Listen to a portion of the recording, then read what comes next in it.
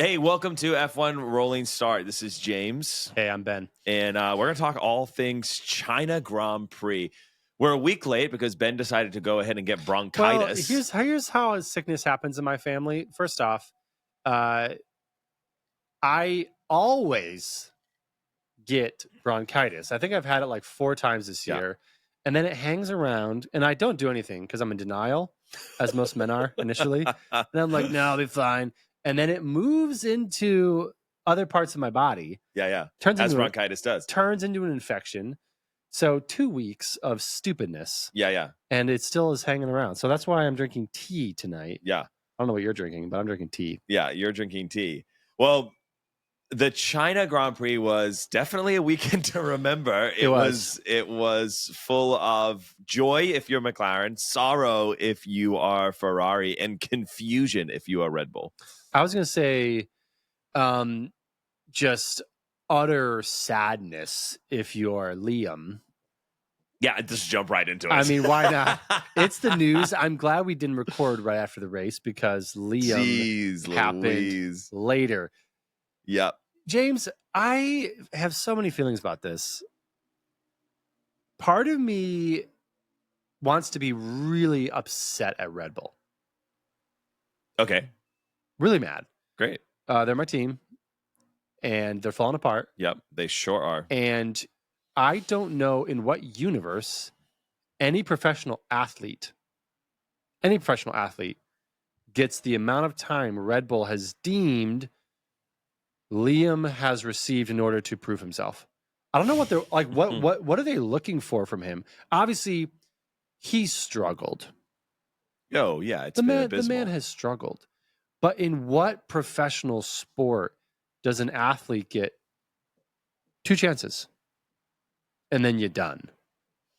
I don't understand this. Yeah, I don't understand it. But at the same time, if I were a Red Bull fan, I would be encouraged because this is the Red Bull of old. This is the do whatever it takes to be world champions. I mean, I don't know if Yuki classifies as doing whatever it takes. No. It's a complicated car. Here's the thing. It's not a complicated situation though. The team has designed that car around Max, and the other drivers who have come through Red Bull and have had it destroy their careers. Some of them, Daniel, Checo, they're done. Yep. And it started and ended with Red Bull. Others, Gasly and Albon, have continued, but it's not a complicated mathematical equation. The team is just favored Max because Max is a goat of a driver. And so he deserves for the team to prefer him and his driving style and design the car around him.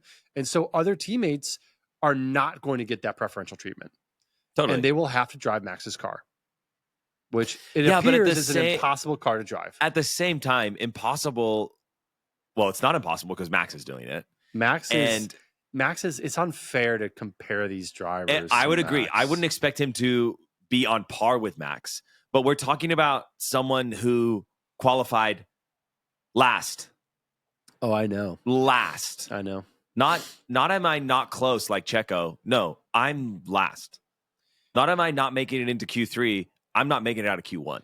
Now, again, the man has struggled, but I would go back to, I don't know, some of the other athletes in American sports and say, yeah, some of these folks struggled significantly early on and then eventually saw incredible success. And I don't think F1 or Red Bull as a team is an ecosystem that allows for someone to figure it out later on. And also, it'd be one thing if we were replacing Liam with a Max-esque caliber driver. Right. We're not. We're replacing him with Yuki. Right. I don't know what Yuki's done to deserve to drive next to Max. I mean, Yuki's had a phenomenal start to the year. You can't deny that. 2 races or not, he's done a great job. He came out with the bit between his teeth. He's laid it in. Here's my thing. The car's good. He's good. Is he a Max? No, but clearly he's better than Liam. Teammate. He's better than Liam in a Racing Bull AlphaTauri Yes. car. Well, here's the thing. They're saying give Liam some more time at Racing Bulls to get his chops in, to cut his teeth, if you would. Ben, this is what your team does. They kick drivers around like they're a loose piece of trash in the street. But when drivers are struggling, and Checo struggled. Checo struggled. They gave him time. What's the difference between Checo and Liam? What's the difference? Disney Plus. Exactly. It's money, dude. Of course they're going to give Checo time. And all of Mexico. He had an entire country threatening to kill Charles Leclerc when he sneezed the wrong way at him. The dude was a different ball game. Red Bull's sport. Like, it's a business. Red Bull's like, yeah, we don't sell anything in New Zealand, so we're fine. Exactly. To all 13 people in the 2,000 sheep that live in New Zealand, we don't have enough market share. Here's my question to you. Is Yuki's promotion into Red Bull, how does this not end up being like a career either suicide for Yuki or just... that's the question. How does this promotion for Yuki into Red Bull not become career suicide for him, as it has really for Daniel and for Checo? What does he have to do different? Yeah, I think that's a really good question. The reason why this is not career suicide for Yuki is because Yuki's career was probably going to end with Red Bull next year. Yeah, he had been distancing himself, gotten a new manager. Yeah. He's out there shopping around because he can feel that the tide is turning. Then all of a sudden, this Liam thing happens, and so honestly, I think it's six one way and half a dozen the other. Oh, you think they're just trying to keep him from leaving? No. I think they're desperate. I think Red Bull is desperate. But to the original question, I think Yuki's going, okay, either I'm going to do great at Red Bull and I'm going to stay here for another season, and which point you drive for Red Bull, you're pretty much guaranteed another few years on the grid. And unless you're Checo Perez. Okay, that very different. And he's a way better driver than Yuki. Yes, but Checo Perez is never going to go to like Stake, or he's never going to go to like one of those little teams. He has more dignity than that. Yuki would. Yeah. You know? And so for Yuki, he's going either this is going to like set me up for my next team, or this is going to solidify me for a few more years underneath the Red Bull drivers. Yuki can't lose in this situation because everyone knows that the car sucks. Red Bull is going to lose. Red Bull is going to. We said that at the beginning. Yeah, they're done. They will lose the World Drivers' Championship. That's why they're doing this, because they're running around with their heads on fire. It just feels like it's a panic move. Oh, 100%. It's a panic move. It is so obvious a panic move that they're trying to limit the damage as early on as they can. Yes. And this is what I think is going through Horndog's head. He's saying, okay, we're 2 races in. Yep. Liam's not going to get into the points. Who do I have that would give me a chance of at least picking up some points? Yeah. Because we need to try to hold on to 3rd place. Exactly. Which is where they're at right now. And there's no guarantee that that's going to even be a remote possibility as the drivers and the constructors is going. And so I think it's a pure panic move.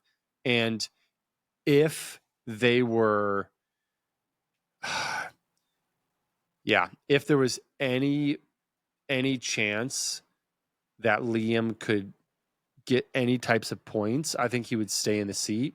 But because of how poorly he's been, I think they're trying to limit the damage as early as they can to try to stay competitive. What do you think what does he do now at Racing Bulls? Like, do you feel like it's he's got to get over the mental hurdles of being dropped after 2 races? Do you think he's going to fight? What do you think is going to happen? Well, I think he's going to either do one of 2 things. He's either going to go the route of Daniel Ricciardo, who never recovered. Oh, he didn't. And that was when he left on his own volition. And he left on his own volition, let alone getting wiped after 2 races when you're next to Max. He's either going to go that route and never recover. Yep. And it's just mentally he's going to be toast. And you could see it. The poor guy in the press interviews after, like, you could just... Oh, he was gutted. He knew he was done. Like, and he knew he was just like, I don't know what to do here. And credit to him, he didn't blame anything else besides himself. No, he blamed himself. So I would you have been know, blaming that car left and right.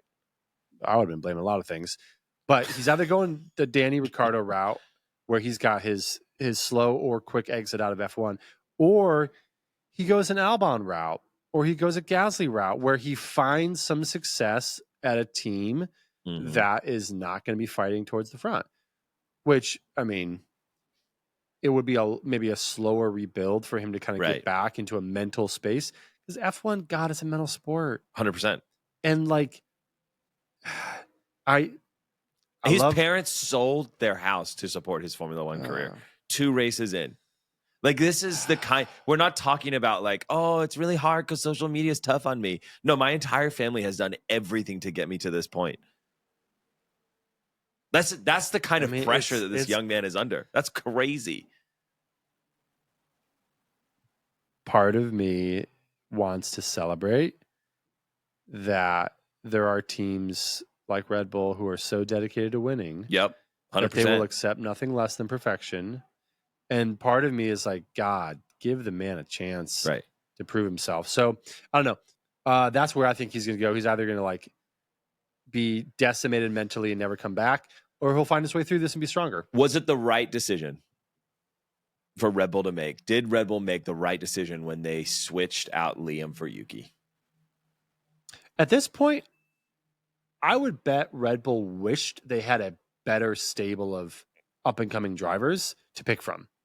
Or that what a politician's answer to my question. God, they would have went with Sainz when he was open. Exactly. Like, in this moment, what would you have done to have a Sainz in your car? Yep. Like, but you've got Isaac Hadjar, you've got Yuki Tsunoda, and you've got Liam Lawson. Yeah.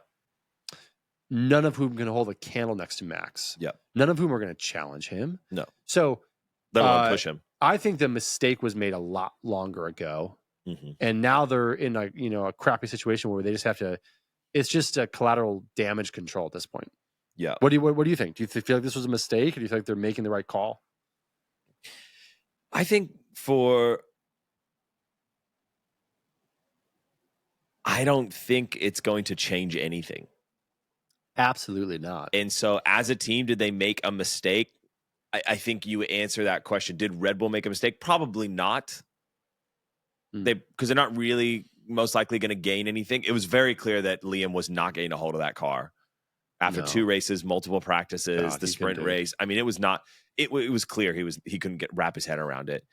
And he's not a bad driver. Like, he came in and was good at VCarb last year, but it just wasn't happening. And so I think as a team, they're going, look, we're either going to get what we get with Liam, or we're going to give Yuki a chance. And reality says we give Yuki 5 races and we can switch back to Liam, or we can bring Hadjar up here. Like, they're the only team on the entire flipping field that can do that.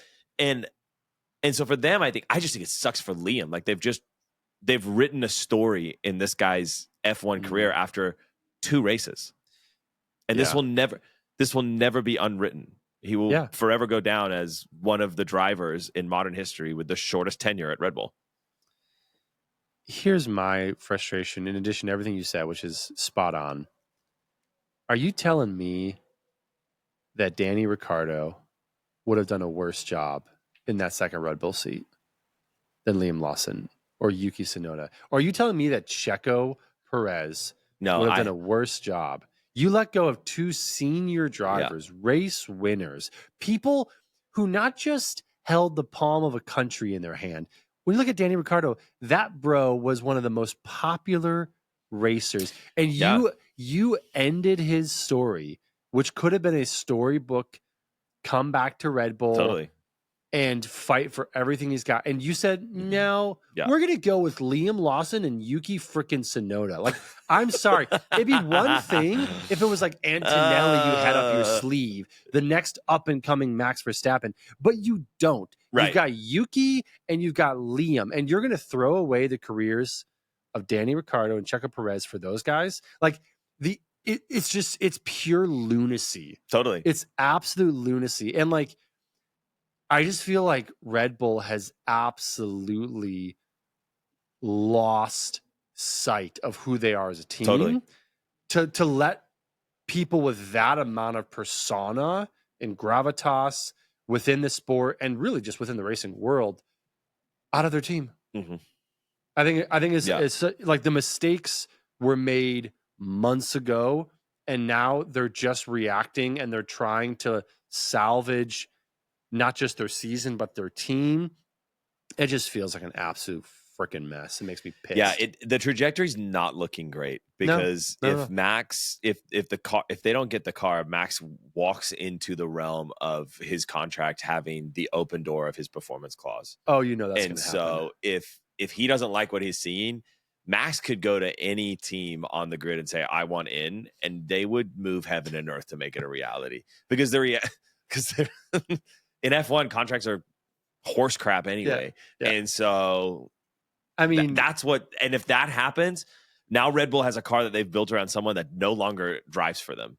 And they have a stable full of drivers that can't drive the car. And you're going to end up knowing what it feels like to be a kick fan or Williams in 2018. I'm going to have a, come to Jesus moment if Max leaves Red Bull. You're going to become a McLaren fan overnight.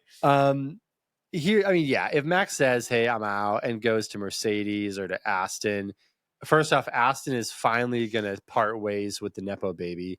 And as much as Russ is killing it right now, Toto's going to be like, thank you for your service. Yes, exactly. So long. I've got Antonelli and Max. Which, speaking of Mercedes. Yes. Russell. That sneaky little driver. Mercedes is second right now. George Russell.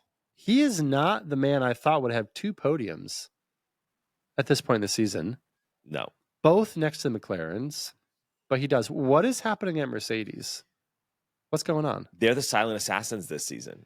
They are wrong about we them. Came into this season thinking that Max was going to be the one that cleared up the points, that scrapped up the pieces around Lando and Oscar fighting.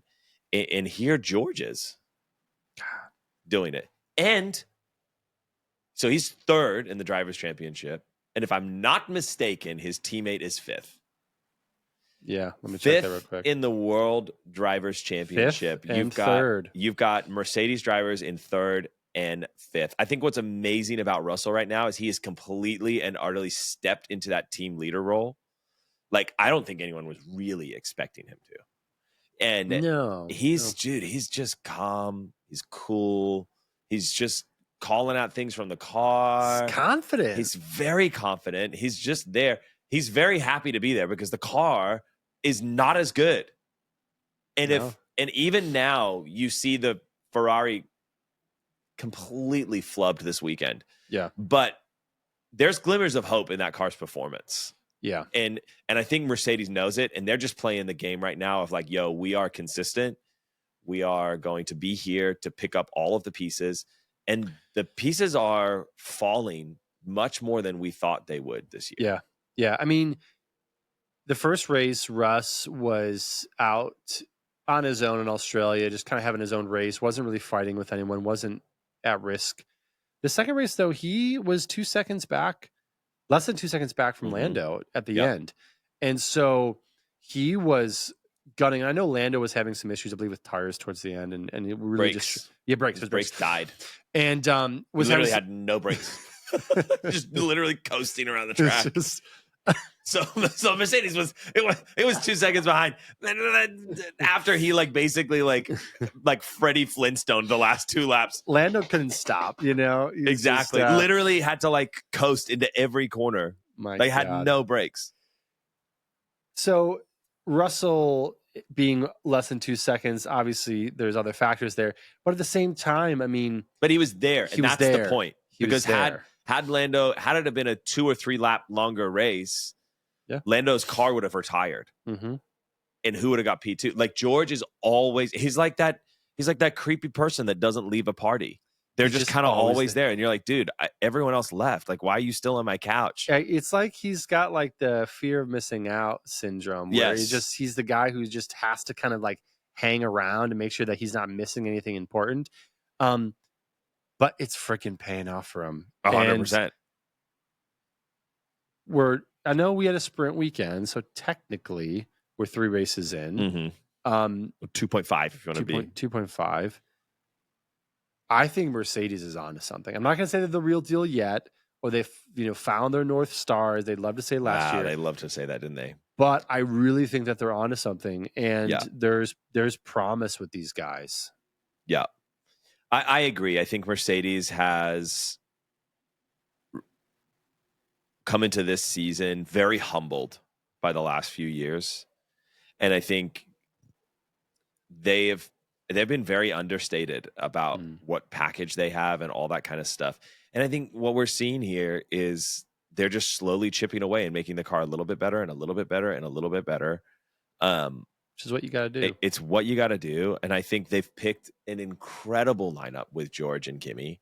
Yeah. George has fully stepped into this role. And honestly, even at the end of last year, he really stepped into it. Like he was out qualifying mostly and outscoring Hamilton towards the end of the season for sure. Yeah. He was going head to head with him. And then you've got this Kimi Antonelli, who's P4 in the hardest rookie race that took out most of them, all but two of them in the first race. And then in the second race, he ends in, I believe, P6 in China. And so, granted, there was 2 disqualifications, which we'll come to in a minute. Yeah, he was still, he's there. Yeah. Yeah, I mean, he's at performing. The end of the day, like, you got to be in the car at the end of the race to take advantage of a lucky situation or a lucky break. And so this season, I think luck is going to play far more of a role in the fate of these teams than it has in the past because of how tight it is. But think about Haas for a second. Their 2 cars were on the grid at the end of this race, and they were able to take advantage of some disqualifications. 100%. Huge points for Haas. Massive. And again, like, they had a strong race. They struggled in Australia. But for a team like that to be able to finish in freaking 5th and 8th, like, it's rare they'll see a result like that in a regular race where there's, every team that's ahead of them finishes where they need to finish. And so, 100%. yeah, it's like this season I'm interested in who gets lucky because that is going to, I think, play a really significant role, especially with teams that are further down on the grid. Oh, it's already playing a significant role because who's 4th in the World Constructors Championship? It's Williams. Williams is 4th in the WCC. Like, that is ahead of Ferrari. Insane. Ahead of Ferrari. And it's all because they've been there. They've been able to pick up these points. And they knew that coming into the season, and that's their strategy, and it's working. Yeah. Let's jump over to, the Golden Boys or the Papaya Boys, we should say. Because Lando and Norris, it's another 1-2 dude for McLaren. Their 50th 1-2 finish in the history of their F1 driving. It's impressive. So Oscar came to fight this weekend. He finishes 2nd in the sprint. He finishes 1st in the race. Here's my question to you and to anyone who cares about F1 who's listening to this. I don't think the question is, are we looking at a McLaren championship fight between their drivers? I think the real question is, who is going to join them in that fight? Because the 2 of them are going at it. Yeah. And they're going to go at it, I think, they're going to keep going. The rest of the season, and the Drivers' Championship is going to be led by those 2. My question is, who is going to have a car to get in the mix? Yeah. I think if they can continue on this route, I think you could see Russell wade into that. Not necessarily, I don't think, on track battles, but definitely when Norris and Piastri start to get greedy and make mistakes at some point, specifically with each other. It's going to happen. It's just historical between teams. Yep. And so when that starts to happen, someone's going to be there to mop it up. And if it was George on a good weekend and both those cars are out, he'd be in the lead. Absolutely. And so it's going to stay. George just has to stay close and into the fight. If Ferrari can pull their finger out of their butt, then I think Leclerc and Hamilton can join. You okay? Yeah. if they I just can't laugh. And because the no reason breath. I say that is the way that Leclerc drove with a half broken front wing at the China race. Like the car has potential. They just haven't dialed it in yet. No, it does. I mean, I think you're making some good points. I do think Russ absolutely has the ability to be in that fight. Again, not at this point from a pace perspective. Correct. But if when these two drivers, Oscar and Lando, are going at each other, someone gets greedy, someone doesn't overtake that's too dangerous or too risky, and it results as these often do with cars being out. I think Russ could definitely beat it. I think Max potentially, but that car is just not looking good. And this is the weirdest thing right now. Max is second in the Drivers' Championship. Now, he is second by a point.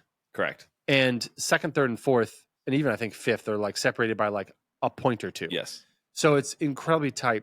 But it doesn't... in reality, and only because Oscar didn't finish the Australian race. And if Max has one bad race. Yeah, absolutely. It's weird to me that even with Max being second, that to me, I didn't even think about him being in contention. No, yeah, it's not reflective of him actually being in contention. And B, it's not reflective of where Oscar's actually at, because Oscar's like 2 points back, and clearly that guy is going to be going at it with Lando the rest of the season. Correct. So I mean, I think my question to you is, do you think McLaren as a team has what it takes to get this Drivers' Championship battle right? Man. Are they there? I think they are there or thereabouts. Okay. Because I think had Lando's brakes not failed on Sunday, they would have been in a position where they had a comfortable 1-2 on a track with tires that were shredded. Yeah. Like the China Grand Prix was just rough. And they might have had to go, guys, we're not going to fight for this one. It's Oscars.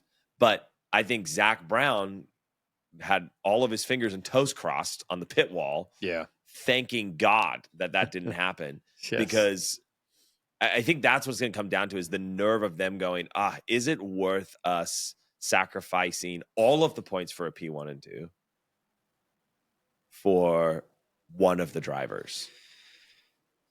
It's such like an impossible position to be in, because again, it's a coveted position. It's a privileged position to have two drivers who are fighting for P1 and 2. Any team principal, any team would just die to have that problem, but it is a problem. Yeah.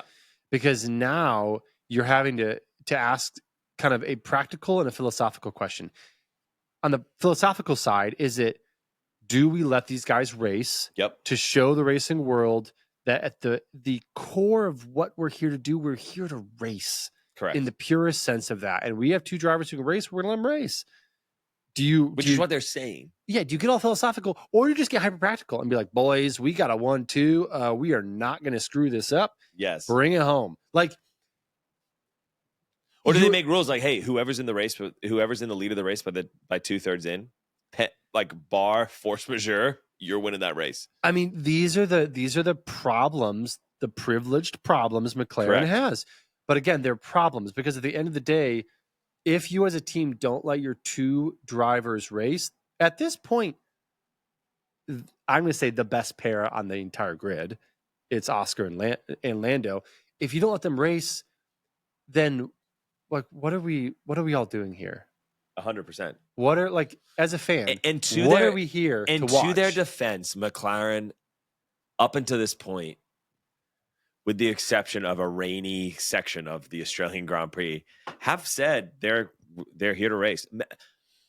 Zach was asked multiple times, what happens tomorrow? Like, if one of the drivers gets out front, they're free to race. What happens if in the middle of the race, one's in front of the other and it's, they're fighting and, you got people, they're free to race. And so they keep saying it. And I think in the beginning of the season, they're going to continue to be in this point where their car is so clearly ahead of everybody else. Oh, it's when the entire pack catches up, which will happen this year, is when McLaren is, when they're not, 8-9 seconds ahead of Russ and the brakes go out and they can still win the race. That's kind of crazy. When the team orders are going to start coming in. Yeah. I mean, they have the luxury right now of distance and pace. So Correct. yeah, I think you're right. They don't really have to worry about it at this point because no one else is there to like make them pay. But when someone is there to make them pay, yeah, I think you're right. I think they will have to figure that out. I'm interested to see it come down to the wire. And I think this year, this is not going to be a year McLaren tells Oscar, hey, this is Lando's year. He's the senior driver. No way. Lando's a senior driver, and Oscar doesn't give a rip. Just doesn't care. And has also proved his seniority in a way that's just, I keep forgetting this guy was it third season? Third season, dude. He's insane. God. What a problem to have. He is absolutely incredible. And I think what we're looking at here is, he's going to tell Lando's going to go, well, look, I'm the senior driver. This is my year to get the championship. And he's going to go, oh, that's nice. And then go win a race. Oh my God. What's going to happen in Japan is going to be we're here for a triple header. So, I mean, oh my gosh, I forgot about that. This is going to be down to the wire here. Okay, let's talk about the roller coaster ride of Ferrari. My goodness.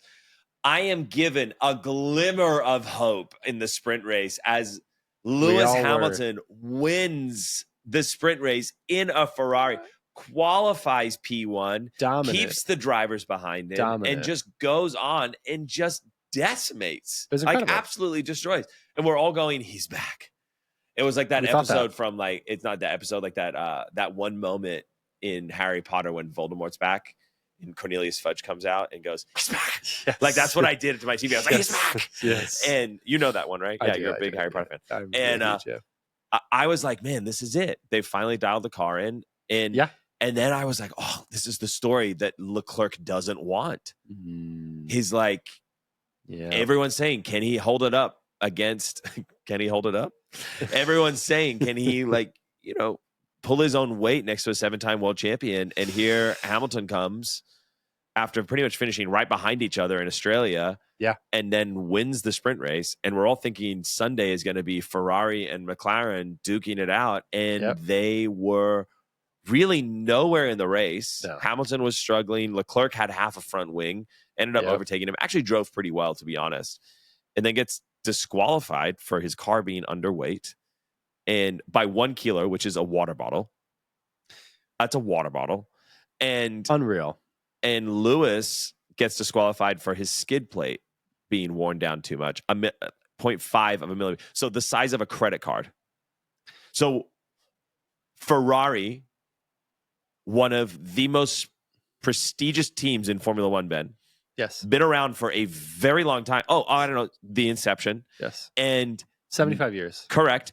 And here they are getting disqualified because of a water bottle's worth of weight and a credit card thin amount of a skid block.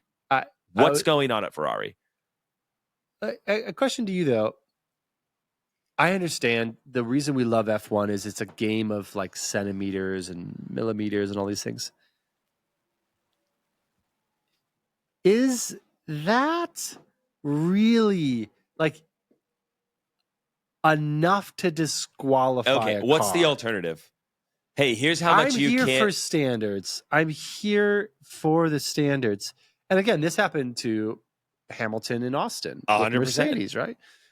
But a credit card width. How do you even measure that accurately? First off, now I'm sure the FIA's got some they got super, stuff. They got lasers and all kinds of stuff. The reality is that F1. Yes, I understand. We love that about F1. Yes, but they're also petty, and so if they're like, oh well, they only give us a $30,000 fine for.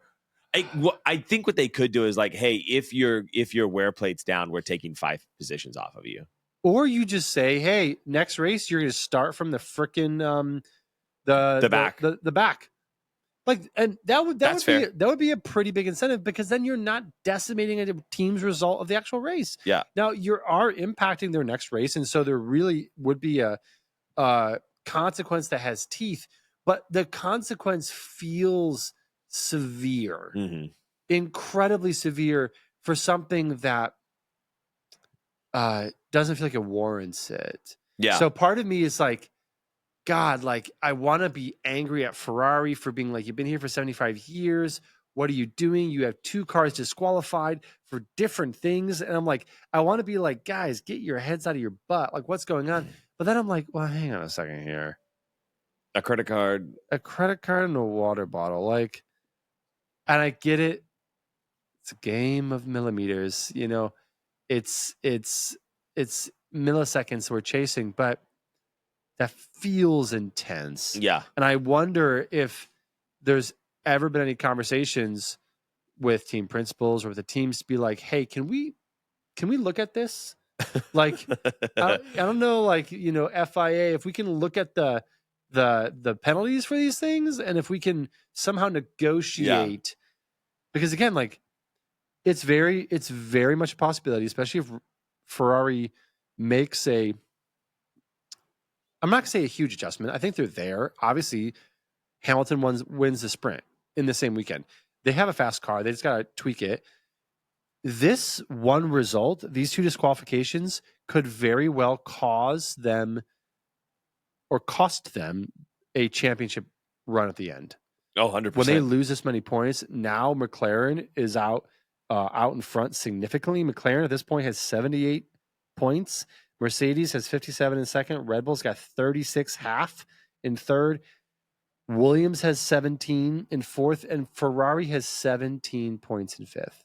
It's insane. This is a huge gap. Massive. A massive gap. And so points are so hard to come by this season, especially, where it's quite possible the FIA just inserted themselves into the championship and said, yeah, Ferrari, your season's screwed. Yeah. And that's what makes me angry. But am I right to be angry? I don't think so, because they didn't just insert themselves into this. Like, this has been around forever. It happened last season. Like, Russell got disqualified because he did a 1 stop, and they thought it was going to be 2. So he didn't have enough weight on his car. He didn't pick up enough pieces of stray rubber or whatever it was. Like, it is a game of millimeters. F1 teams know that, and they gamble on it.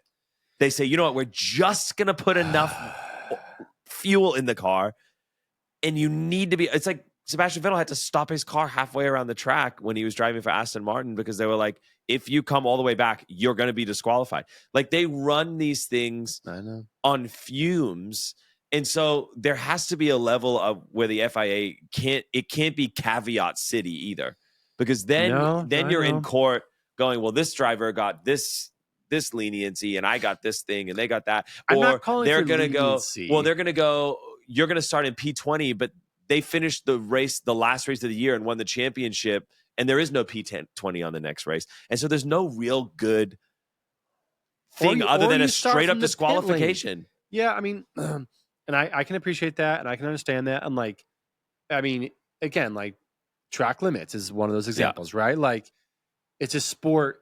A sport has, I don't know, if you're in basketball or football, there's freaking a field, and like, you can't go outside of bounds, or you can't go out of bounds. Like, racing's the same way. There's track limits, and like, the drivers will push all the way to the edge 100%. Of what they're allowed. And I understand that. I just feel like the punishment is the thing I'd love to talk about and revisit. And again, still punish, still make sure that there's an impact to points, but it just is. It's so painful for Ferrari to just have 2 disqualifications in China. Yes, but it's not. But Ben, it's their fault. Like, these, as harsh as they are, have been around forever. No, I know. And every weekend, I know. None of the teams get it. It's very, very rare. And it's not a fluke. It's because they're abundantly aware that if they wear their skid plate down, they're going to be disqualified. So, and if they don't have enough weight, they're going to be disqualified. So every week they have enough weight and they have enough skid plate. Ferrari flubbed it. So it is their fault. It's their fault. So they have the greatest engineers in the world. It's their fault. It is Ferrari. It is Ferrari. I'm sorry. I know you're Italian, but you've got to admit I'm not even a Ferrari fan. I'm not even a Ferrari It's in your blood. You have to be. You're born part of the Tifosi. It is. I know. I just want to rant and rave and rage against the FIA. Of course you do. Because I freaking can't stand this. And it feels so petty. Yeah. Because you're talking to someone that hates big government. So you don't have to, and the FIA it screams. Here's the thing. They don't test every car for these. No, they weigh every car. Yeah. But they don't go to every single car. They do like 7 a race. So it's a lottery, which is why Ferrari probably took a gamble and said, well, maybe they're not going to test us. That's a pretty crappy gamble to take. It's a terrible gamble. 20 cars, seven of them get tested. You're pretty much guaranteed to get tested at least every other race. But my thing is like, just do them all then. If this is going to be such a big deal. No, it takes too long. No. And that's more jeopardy. You're still you're accomplishing what they want. You're making sure teams don't do it. And if a team gets away with it, then they're sure as heck they're going to make the adjustment for the next race. But every team has the same chance. Every team has the same chance. We can stay on this, but no, it's not the real thing.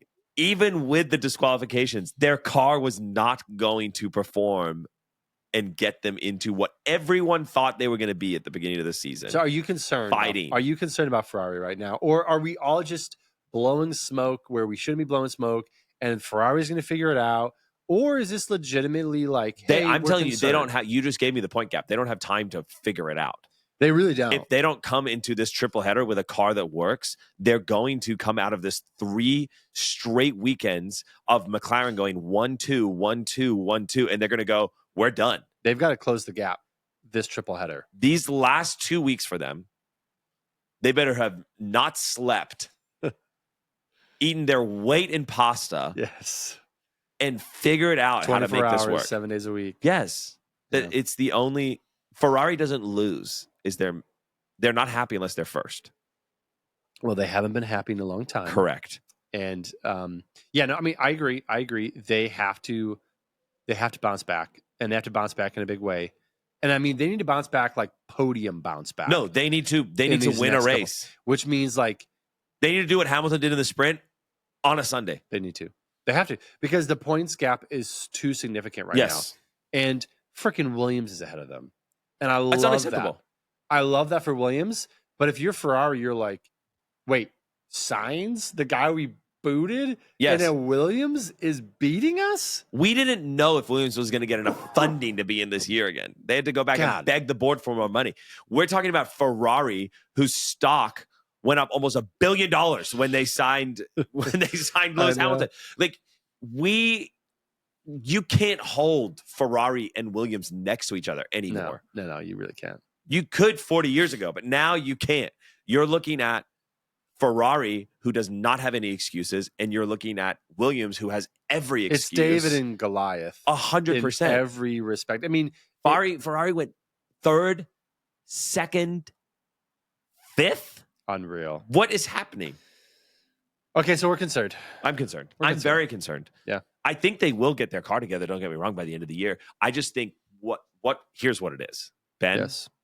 This is what I'm concerned. I'm concerned that Ferrari will be to McLaren what McLaren was to Red Bull last year. By the time they figure the car out, it's going to be too late. Yeah, I completely agree.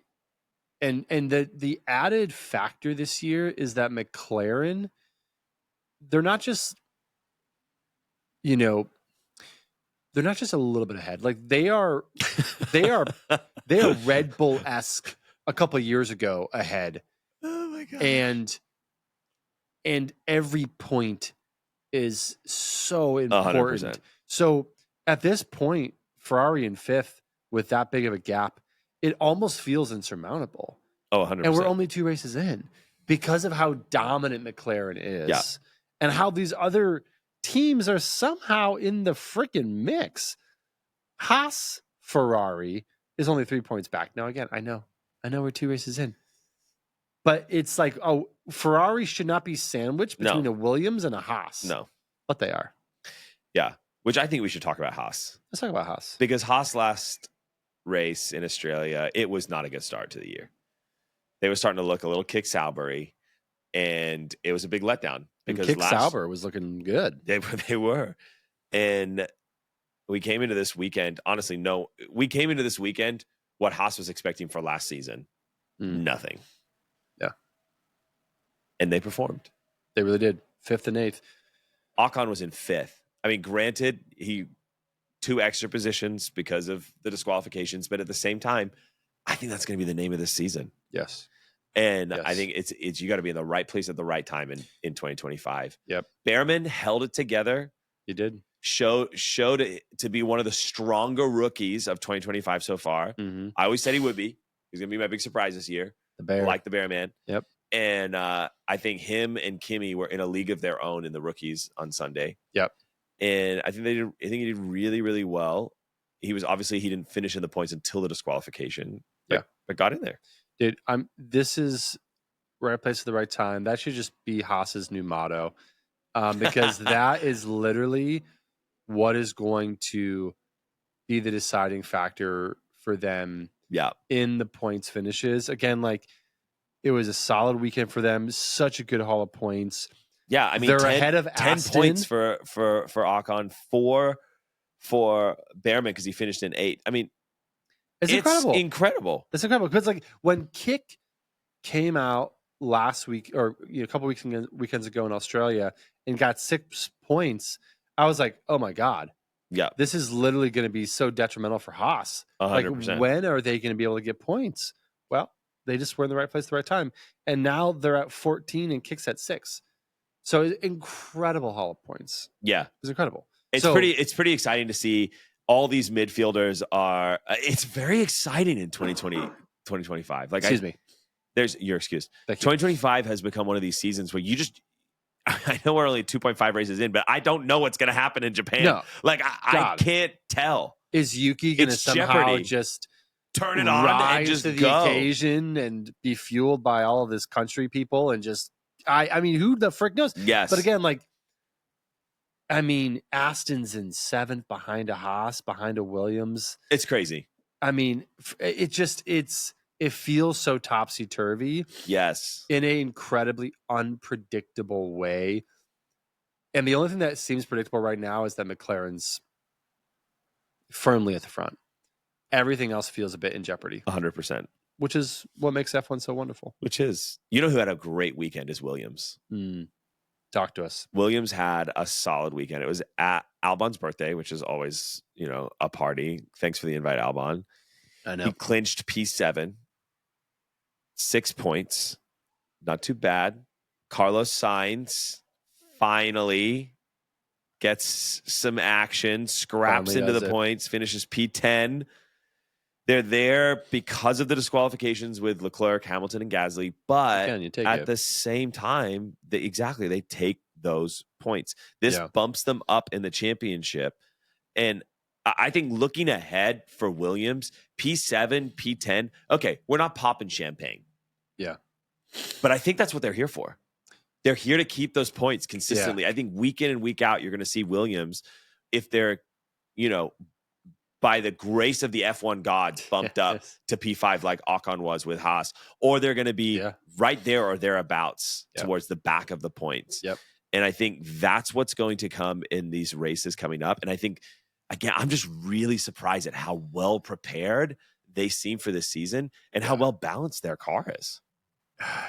It's an incredible thing to see a team come together around a team principal's vision, right? Yeah. Jimmy V. He sold this vision that, hey, we are going to get it right.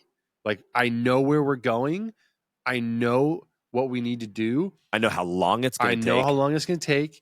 And he sold it, and he wasn't BSing anyone. Like, he was on to something. Obviously, Sainz bought into it. Yes. Albon's been performing in an incredible way. You're seeing I thought Sainz was going to come in from the start and kind of be the leader of that team. It's been Albon. Oh, 100%. It's It's absolutely Albon's team right now. And again, not to say that Sainz isn't going to turn it on and really He'll figure it out.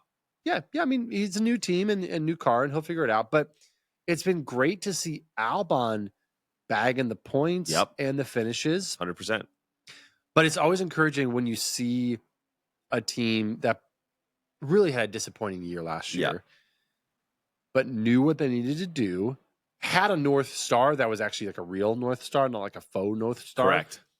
And it worked. They figured it out. And I think Williams is going to continue to be in the mix. And I think these are weekends where, frick, pop some champagne. Like, these are solid points. And again, any types of points that you're able to get, I feel like for a Williams, for a Haas, that feels champagne worthy, honestly. Like, especially when you've got like 4 juggernaut teams who are going to be ahead of you, like, you're getting double points finishes. Like, okay, someone needs to high five and, crack a beer, right? Oh, 100%. I mean, I think when I look at Williams this year, I look at James Vowles, I look at Alex Albon, and I look at Carlos Sainz and the car that they have. And I go, man, Atlassian Williams is going to go places this year. Yeah. They've not been sold a bill of goods. Mm-hmm. They are delivering on what they have promised this year. Yep. And absolutely.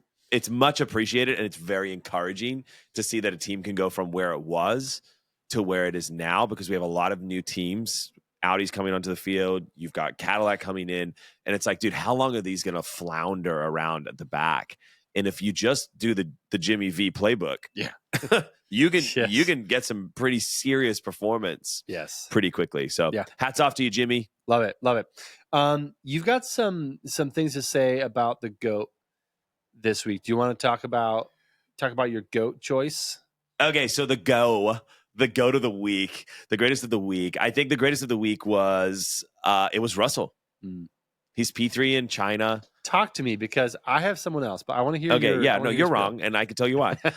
Russell he's my silent assassin. Yeah. He is methodically delivering the performance and keeping Mercedes in the mix, and I think it's his quiet resilience that is made him my GOAT of the week. Yeah, I can't say that. Yes, you could go the easy route and say it was Piastri, and it was a phenomenal race. Yes, but it's also a phenomenal car.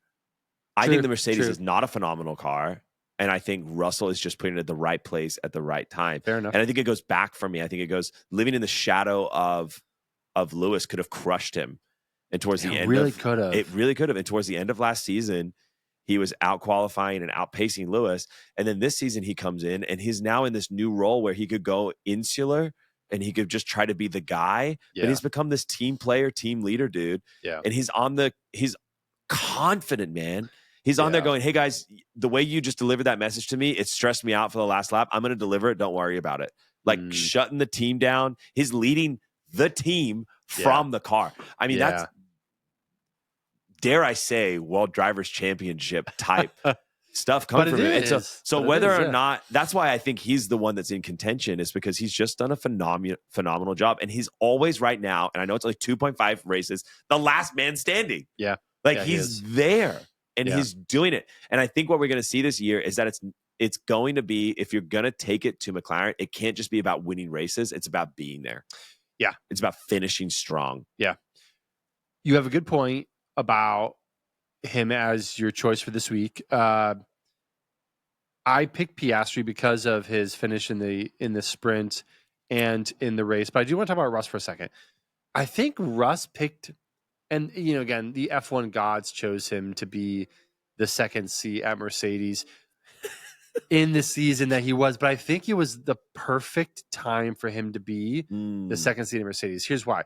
Because he wasn't just in Hammy's shadow, he was in the shadow of a man who was a shadow of himself. Wow.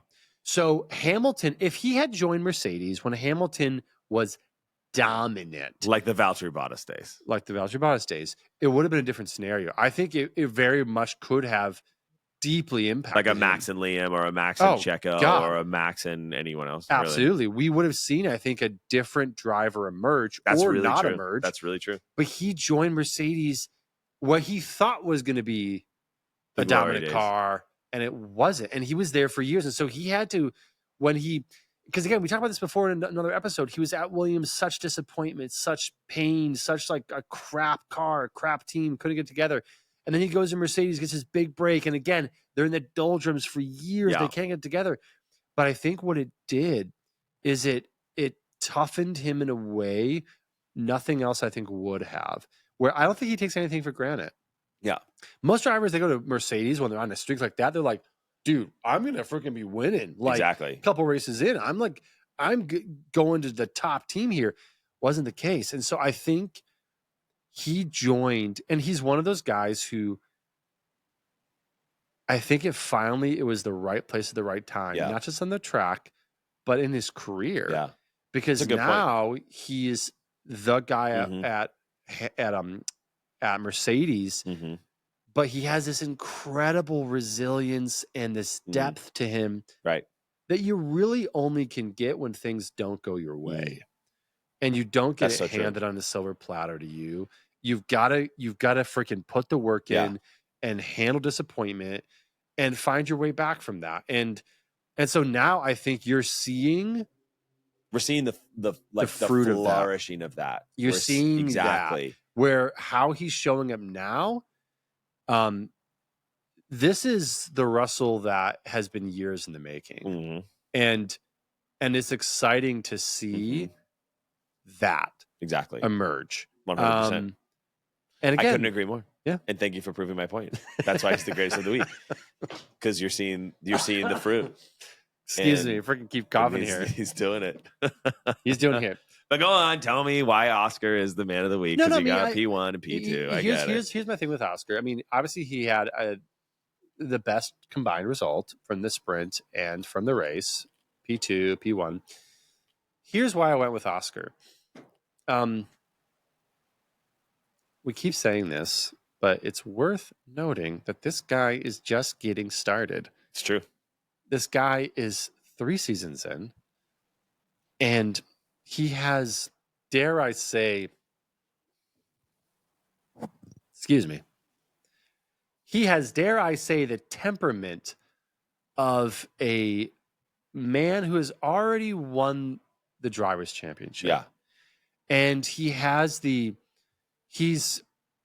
ability to be excellent, but not to be prideful, to fight for something that he firmly believes is his, while at the same time feeling as if he is like disconnected from it in a way emotionally. And to be able to operate at that level where you can be fully committed to excellence, fully committed to winning, and yet at the same time, you don't have this this emotion that destabilizes you. Right. And I think there's a lot of drivers who are destabilized mentally by their emotions. And again, you saw that with Daniel Ricciardo, you saw that with Liam Lawson, you see that with Checo Perez, you see where these drivers and their emotions impact how they show up. You saw it with Yuki Tsunoda last year when he freaking tries to ram Daniel Ricciardo after the race is done because he's so in his emotions, so in his head. Yes. But the reason Oscar is my choice this week is because this guy, he is this Zen master Buddha out there, and he's so young. Yes. And I think again, like his results on paper this week are the reason I've got him for my greatest driver of the week. Well, I appreciate your opinion, and you're wrong. It's fine. No, he is the Phil Jackson of the well said. F1 field. He's that dude that's just kind of like, nothing's going to faze me. Yeah. I'm going to win or I'm not. Yeah. And if I don't, I'm just going to analyze it and I'm going to get better. He's a machine. Yeah. And I mean that as a compliment in the best way possible. He's just grounded. You know, this guy is just 100%. centered and grounded. He does feel extremely mature for his F1 career. I mean, he's essentially a juvenile on the field from an F1 career standpoint, but he's driving like a Max, like a Lewis, like even like a Leclerc, or like he would be right up there with any of those drivers on any given day. Matter of fact, he is. He is. And I think he was noteworthy. I think for me, I'm also biased because I'm a Mercedes fan, so you can't hold that against me. Okay, snooze parade. Yes. Who are the snoozers on Sunday? First, number one snoozer, in my opinion, is Alpine. Gasly gets disqualified. Yeah. Jack's nowhere. Yeah. I mean, he retired in Australia. He was invisible in China. Alpine's campaign is forgettable. Yeah. Here's the thing about Alpine and Jack Doohan. They, I think, are going to give him more leash and more line than Red Bull has given Liam. Obviously, they've already done that, right? Yeah. Even though they have, I would say, they've got a whole stable of backup drivers to replace him with, but Jack again has not been performing at a level I'm sure he would want or the team would want.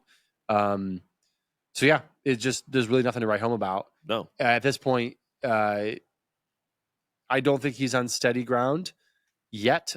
He's got to start scoring points, I think, to get to that point. But besides that, there's really not a whole lot to write home about Alpine this week. Nope. And the same thing about Sauber. Sauber is continuing to struggle. Gabriel Bortoleto, DNF in Australia, and then no noticeable result in China other than he beat Hulk. 14 and 15. So I don't know if they just gave up at the back of the field. So yeah, when you're plus one lap, I mean, it doesn't really matter, right? And so it was that, and then the last snooze fest for me is Aston Martin. What is happening at Aston? Like, Lance got points. Okay, good for him. Fernando it just literally retires after 5 laps because his brakes are on fire. Like, to me, I think it's Gasly who's like, Alonso's brakes are on fire. Like, there's flames coming out of the back of his brakes. His car's about to explode. And they're like, what? And so he retires. He seems weathered and beat to me. Dude, he seems so done, dude. He's like, I think I still had a fight in me. I think I'm done. And 2 disqualifications, or not? Oh, two DNFs. 2 DNFs. The worst start to the season you could possibly have. But even the sprint, it was whatever. And I think for me, we've got, not only now do we have a slow car, do we have reliability issues?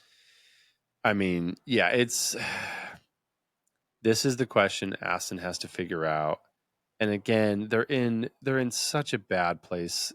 They're already down in 7th. Yes, they have some points. Yes, like there's some hope here. But again, Haas is now beating you. Williams is significantly ahead of 100%. you. Kick is not far behind. No. Kick.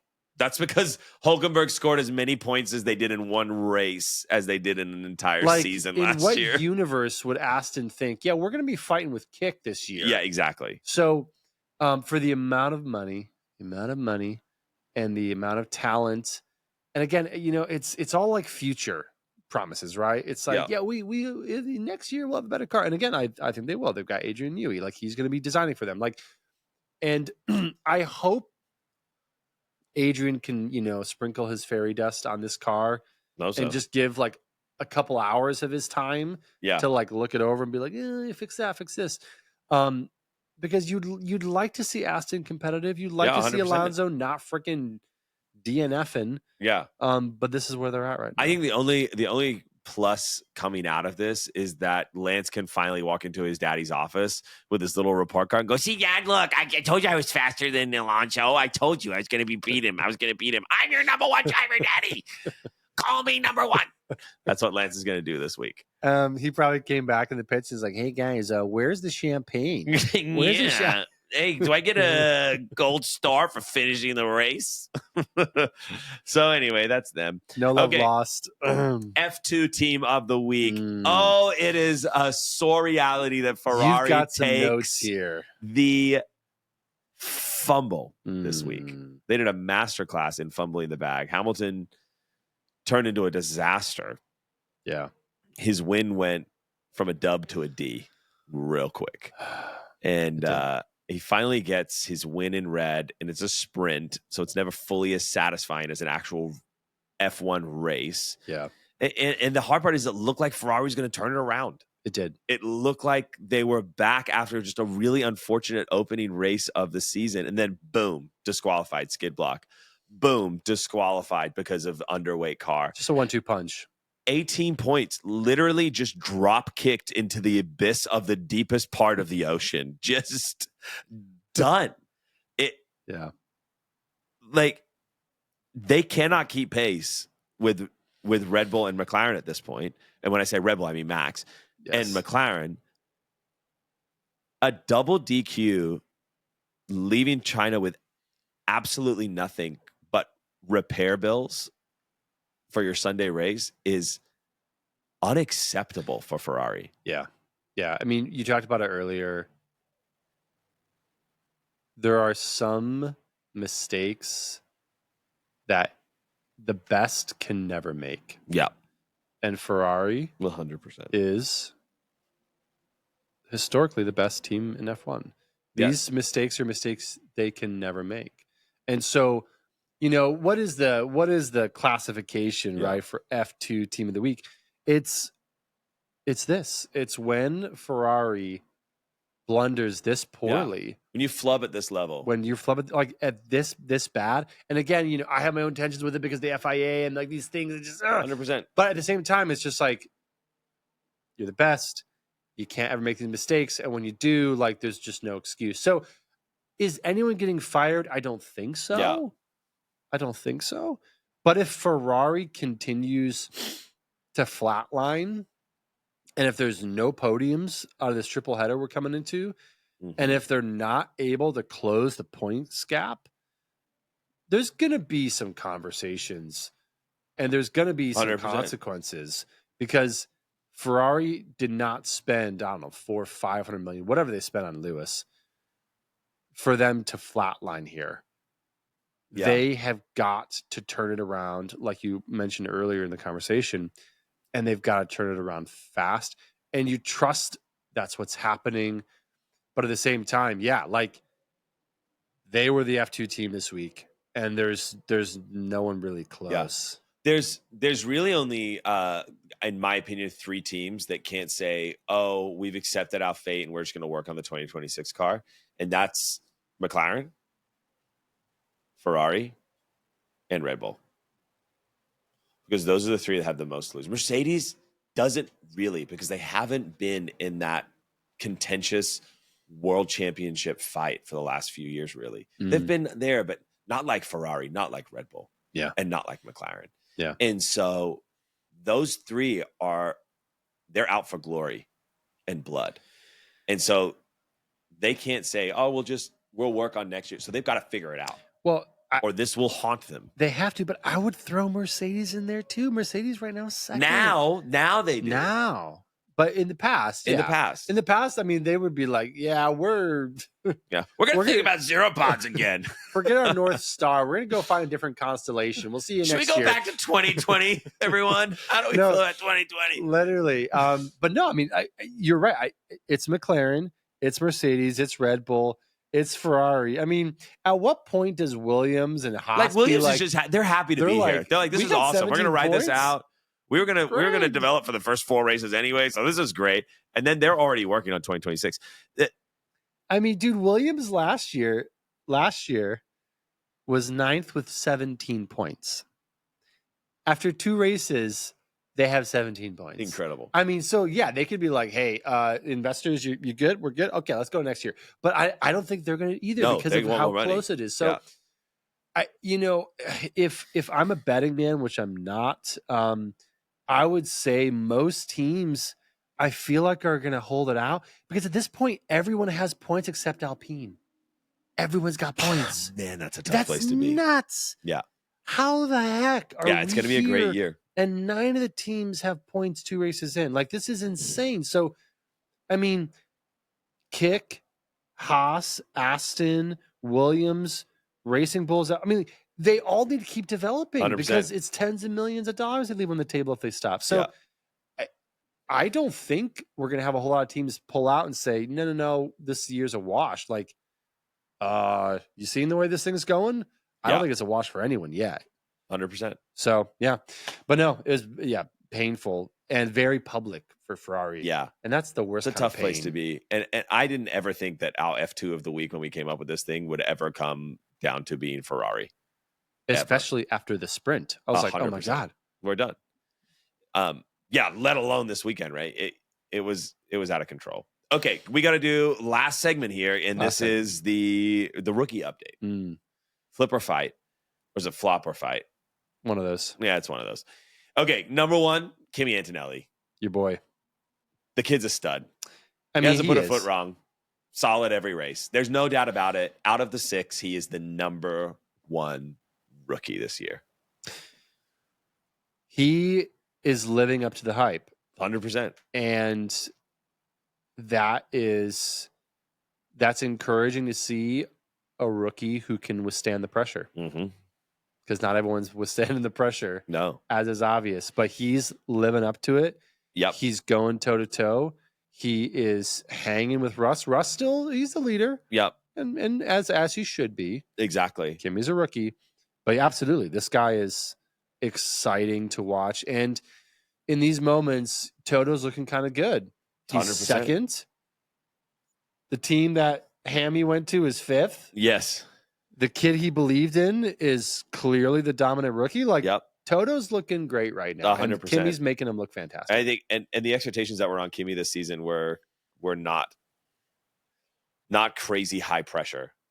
We're not talking like Jack Doohan where you've got somebody in the wings waiting to take your seat. Or Liam Lawson. It's chill. Yeah. And he's doing a great job. I'd say I'd say equal for 2 second favorite rookies is Isaac Hadjar and Ollie Behrman. Ollie Behrman, you could make an argument because he actually finished the first race of the season. But I think for me, him and Isaac are slowly but surely getting their feet under them. And I think they're eking their way into the next level of being a rookie. Yeah. I got to say, man, this Isaac Hadjar guy, there's some crazy pace in that kid. I mean, so surprised. When they announced him as a second driver, I don't follow F2. We don't really follow. We don't have time. So I didn't really know who he was. So I did some research and I was like, okay, all right. Yeah, he got some chops. Okay. But I mean, I've been impressed. Yes. And obviously heartbreaking first weekend. A good finish, just a solid finish this weekend. Yeah. And so, but the pace is there. This kid's fast. And so I would say Behrman's probably second for me just because he's got points now. Yeah, 100%. And he finished the first race. That is helpful. He didn't crash on the formation lap. No, thankfully not. But yeah, no, they're both solidly in second behind Kimi.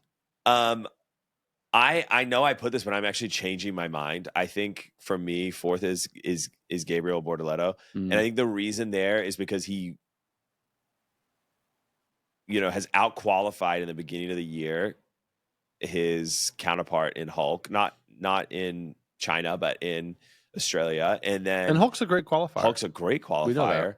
And Hulk himself even said, man, this guy, I did not expect this guy to have me on my toes right away. Yeah. And Hulk's the super sub. So he can get into a team and get that car underneath it. It's pretty much his whole career. That's his superpower. That's my superpower is to get up to speed quickly and kind of live in mediocrity. And so, but I think he obviously finished ahead and, there's a lot of caveats there, but I was impressed. And I think he's been cool and collect throughout this.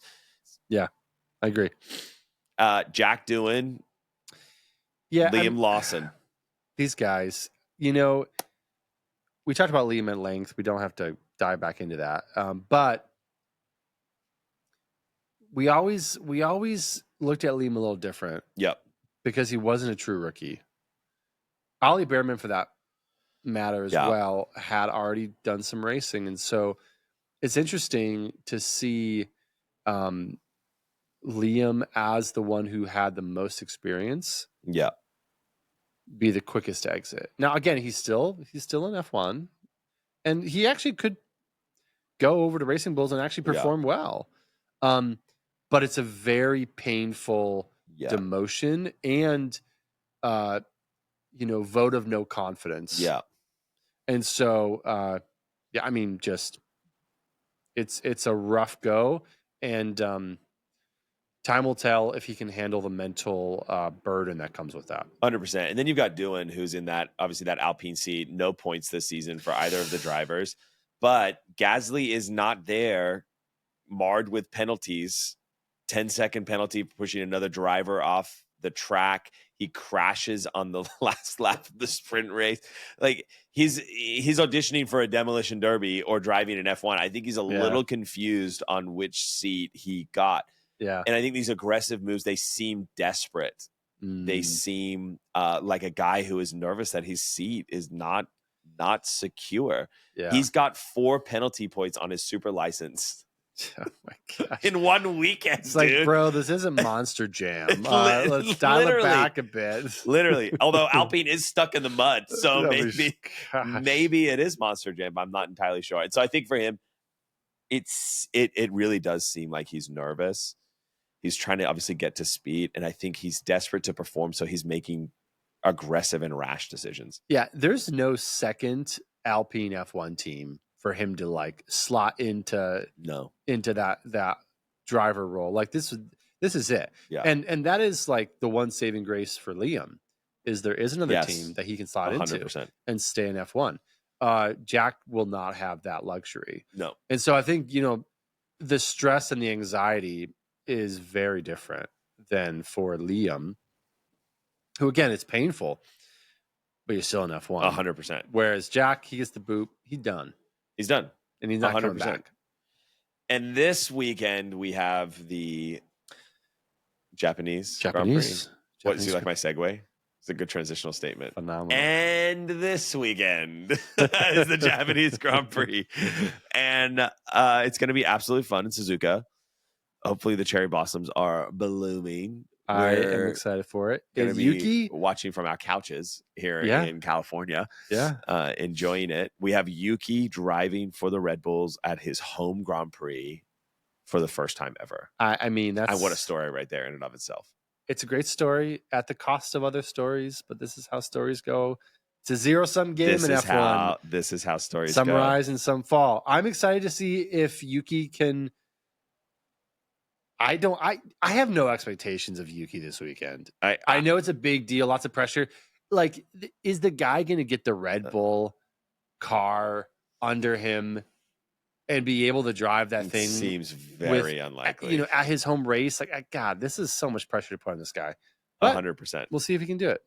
What are your prescriptions? What are your predictions for the Japanese Grand Prix? Well, it does feel a little prescriptive at this point because we've got 2 McLarens and a Mercedes that have finished in 2 different races, both in the wet and the dry. So I feel a little kind of lame, but I would say I'm going to go 3 for 3. We're going to get 2 McLarens and a frickin' Mercedes up there. Yeah. And I'm going to go Lando, Oscar, and frickin' Russ. Yeah. This is a tough one because this track was a bit of an anomaly last year. Last year you had Verstappen in 1, you had Perez in 2, and then you had Ferrari and Leclerc in 3 and 4. Sainz and Leclerc in 3 and 4 for Ferrari.